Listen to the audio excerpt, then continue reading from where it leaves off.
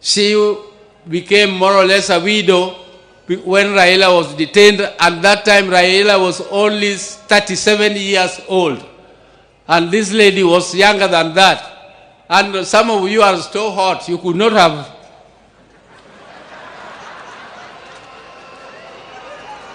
Now, either. As you come, I forgot to introduce my spouses. Dr. Ann Oburu, where are you? Dr. Ann. And Judy. Where is Judy? Thank you. Thank you. Dr. Ida Odinga Canon, who is a canon of our church, Anglican Church, and I would now ask her to come and address the gathering. Where is her?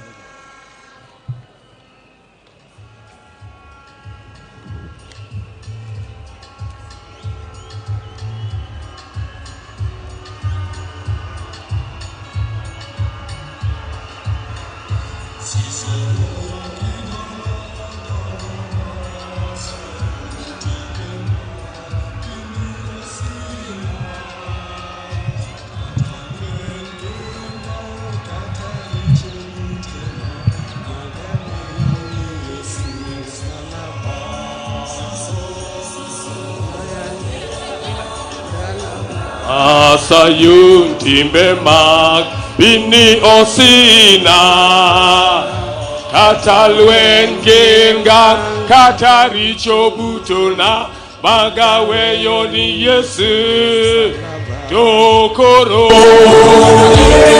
imadi mona donjo edala kuriri gimadi gengna Katalwen genga kataricho butona magawe yoni Yesu emsalaba Kuro ere gimadi mona donjo edala Ere gimadi gengna Katalwen genga kataricho butona magawe yoni Yesu emsalaba.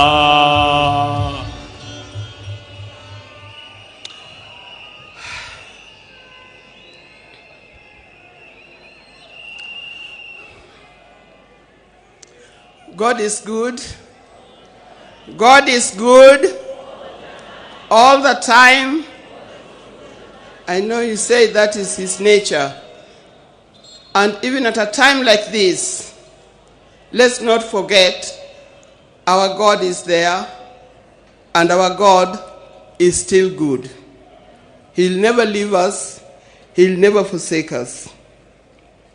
I want to begin by thanking the people of Kenya, the people of Africa, and the citizens of the world who have joined to help me bury my husband, the father of my 4 children, Right Honorable Raila Odinga. I never imagined that this would fall on me to lead the family and the world in burying Raila. I hoped it would be the other way around. With pain, without lamentation, I accept the will of God. I want to thank the President of the Republic of Kenya, His Excellency, Dr. William Samoei Ruto, and the government for going out to accord my husband, our father, Right Honorable Raila Odinga, such a dignified send-off. Indeed, in this part of the world, we've never seen something like this. We've never seen a dignified send-off like what we see here in Bondo. Mr. President, thank you very much for according Raila this kind of send-off. Mr. President, my family is grateful to you for being a man of his word and a man who stands with friends after committing yourself to do so. Thank you. I want to thank the leaders of Kenya. I was looking around and said, whose name do I mention? But all of you have been very close to Raila. When I look back, I see people who are very close to Raila as friends and colleagues in the life of Kenya. I want to thank specifically former President Uhuru Kenyatta. He's a true friend. He stood by us.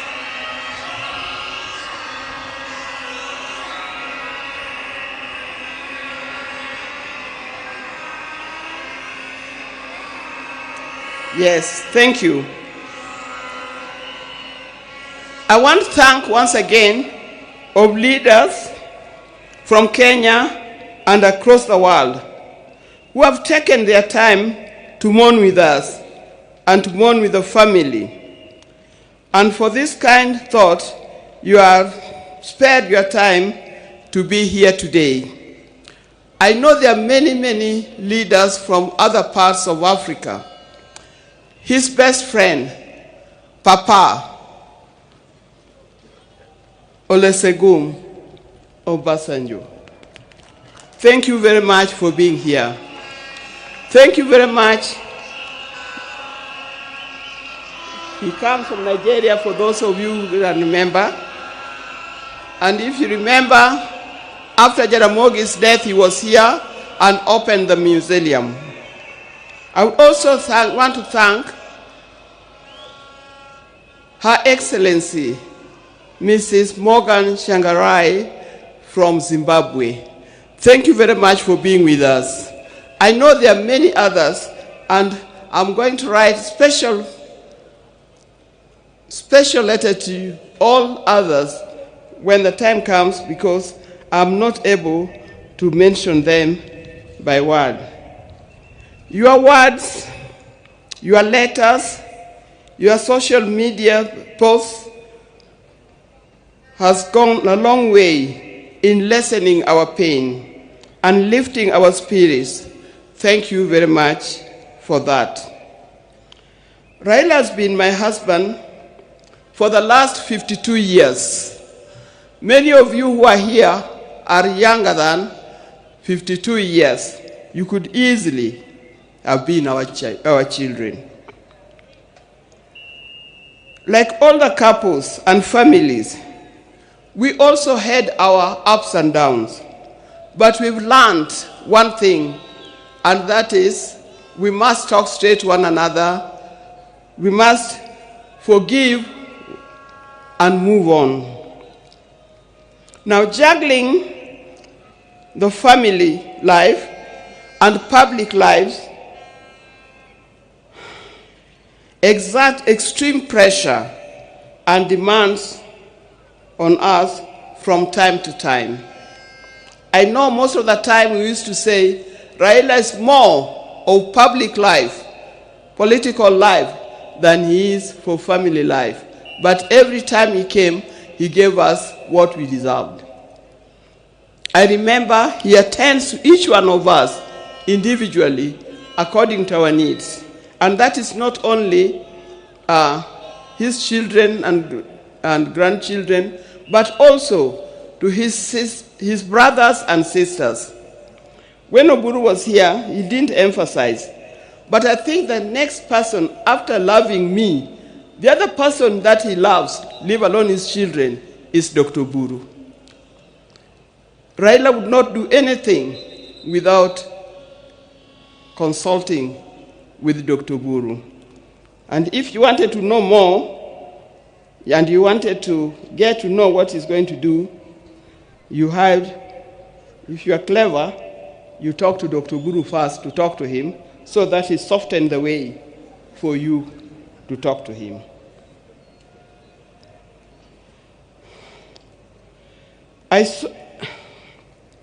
Through all this, what remained unchanged was our commitment to each other.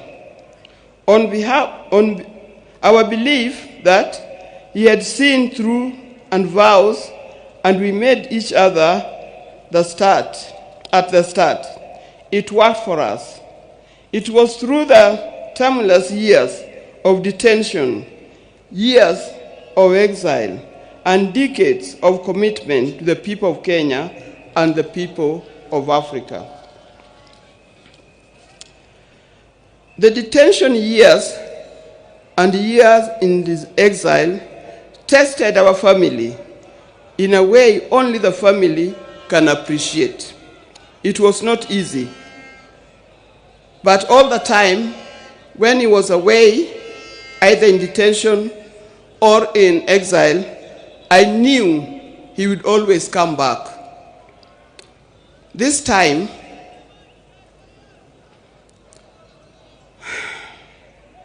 I'll have to join him wherever he has gone, because he'll never come back.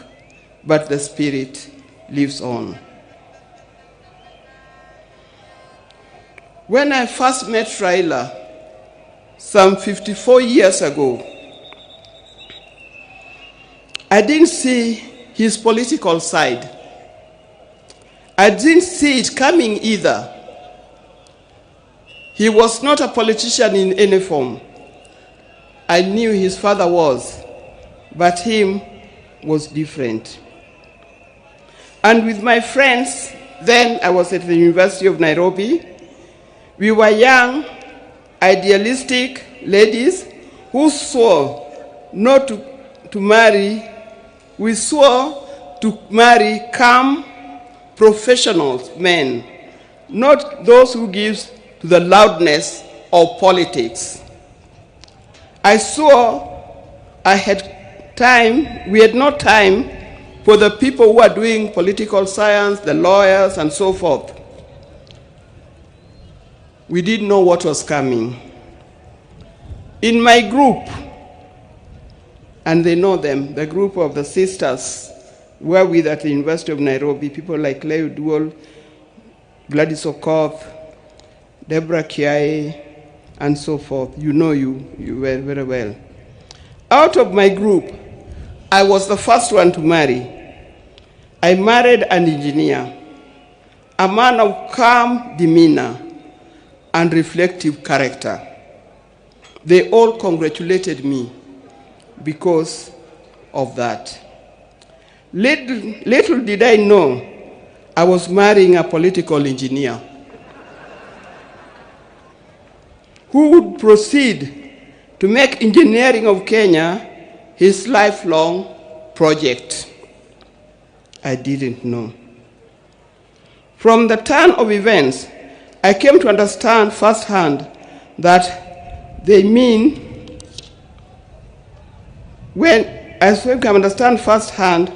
the meaning of still waters runs deep.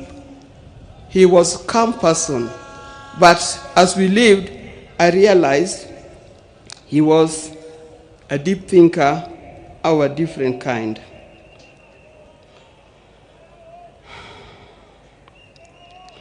From this turn of events, I come to understand firsthand that Raila was not just an ordinary engineer, but a political engineer. I evolved, adapted, and handled challenges that came my way, courtesy of being Raila Odinga's wife. And those challenges were many. I know if you are to ask the spouses of these politicians down here, they'll tell you the challenges are many and not easy to cope with. I learned that if you're a spouse or politician, inherit his friends, but don't inherit his enemies. Why do I say this? Because you'll be standing there. You'll be sitting there at home thinking so-and-so is an enemy of my husband because he belongs to a different political party or he comes from a different area. I tell you, you will be wrong. Don't inherit in his enemies, because tomorrow you'll find that those people that you thought were his enemies are his best friends, and you'll be left out. Be careful when you are handling his friends. Inherit his friends, but his enemies, let him deal with them the way he made them.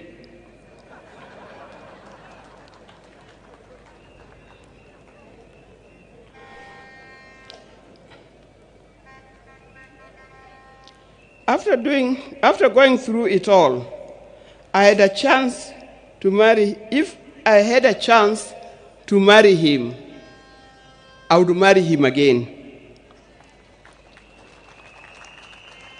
I would be happy to do it. But this time, I would marry him knowing I'm marrying a politician, not just an engineer only.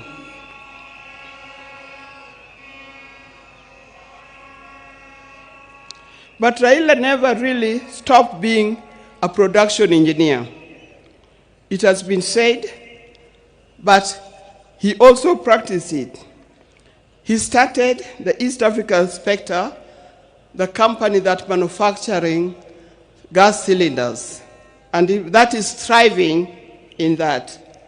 Those who are working for East Africa Spectre, please try to keep up his legacy of making it a real big industry that Raila intended it to be. Raila was always disturbed by the fact that Kenya was not moving as fast as he expected. At the turn of independence, Kenya was at par with countries like South Korea, with countries like Thailand. I think we're even ahead of many other large countries. But these countries have moved very fast. They've moved very fast to be first world countries. Kenya, we are still dragging a little. This thing can be changed. I've traveled in many countries. In 1995, during the International Women's Decade that was in Beijing, we went to Beijing, the women of the world went to Beijing, and what I noticed that the tallest building in Beijing was a 4-story building, and it was a hotel. I also noticed, that's me, that many of the people who are working in Beijing, the Chinese, they were wearing what we call overalls, the things that industrialists wear in the factory. They were either yellow, red, blue, green, or any other. And everybody was moving in a rickshaw. Go to Beijing today, you can see a different world. It can be done. Even in Kenya, we can change it. With hard work, determination, focus, we can change our country. And as I'm talking here, I know we have leaders here. Please focus in changing the country. Let's not seek leadership to enrich ourselves. Let's not seek leadership to acquire wealth for ourselves, but acquire wealth for Kenya and acquire wealth for our generation to come.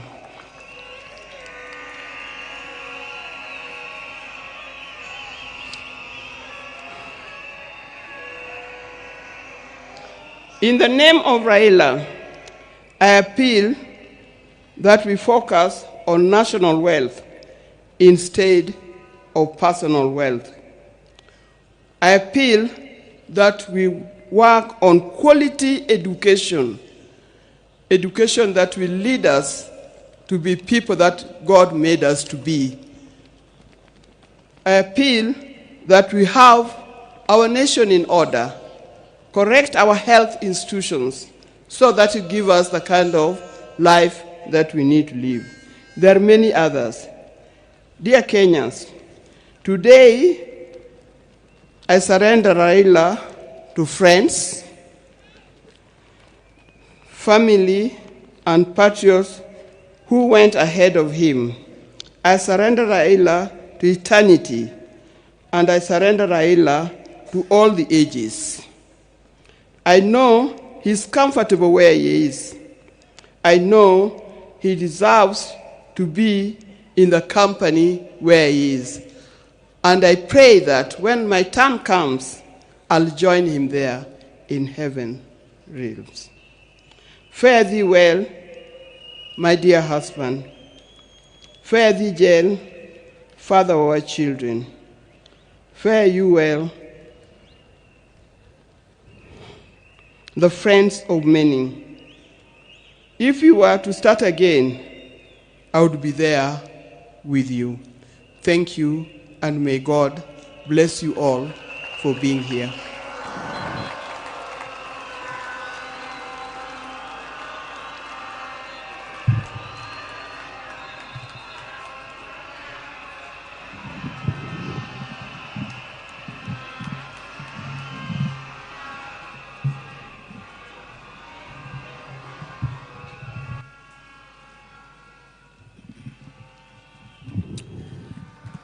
Your Excellencies, fellow mourners, we have given the family ample time to eulogize and pay tribute to our departed leader,